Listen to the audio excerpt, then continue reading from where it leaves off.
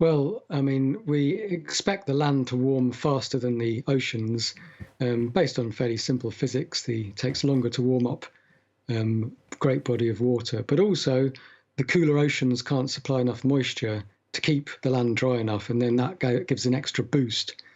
On top of that, I think there's other factors like fluctuations in weather patterns can also, I think, also have given Europe an extra boost in its temperatures.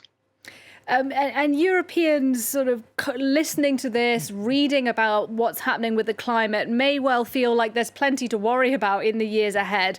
Can you give us a sense as to how serious you think this is and what, if anything, can be done to prevent the worst impacts right now?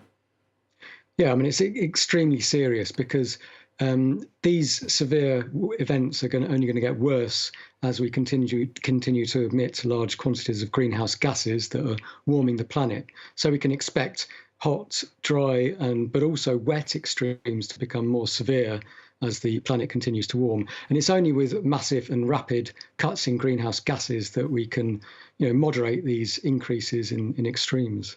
Indeed, greenhouse gases need to be cut. That's very clear. That's the message from really all experts on this. So something I often wonder is, look, can individuals actually make a difference? If I fly less, for example, if I completely cut out meat, is that going to have a tangible impact to these kind of stats that you're talking about? Or really, is it governments, big businesses that are the ones that have to make the change?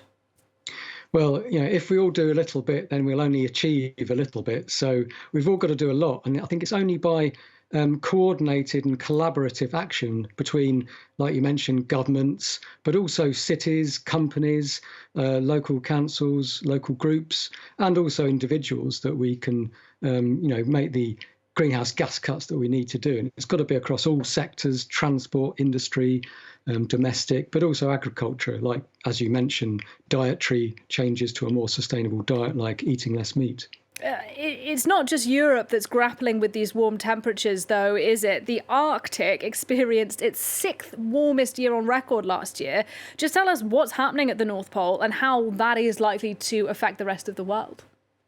Yeah, the Arctic is warming up rapidly, and that's expected, again, based on the physics that we understand. And we know that ice melts as the temperatures rise, and that means that there's more sunlight is absorbed by the darker surface if the ice is removed. But also there's more, a warmer atmosphere is a wetter atmosphere, and there's more moisture going into the Arctic. It's creating extreme events up there, but it's also releasing its heat when it condenses as droplets. So that's giving the Arctic this extra boost in temperatures, and that's going to continue happening for the foreseeable future.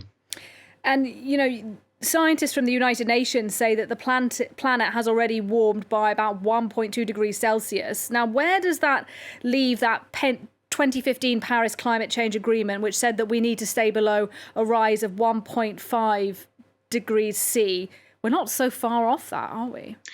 Yeah, well, we're on a knife edge, really. But I mean, we can limit temperature rise to 1.5 or 2 degrees above pre-industrial if we make these rapid and drastic and sustained cuts in greenhouse gases. But I think the important message to take home is that, even if we do overshoot the Paris target, every bit of a warming that we avoid by cutting our greenhouse gases is going to help future societies and future ecosystems that are going to be under more and more stress as the planet continues to warm. You talk about rapid and drastic action. Are you confident that those governments and big businesses that we talked about are actually sincere in planning to make those changes?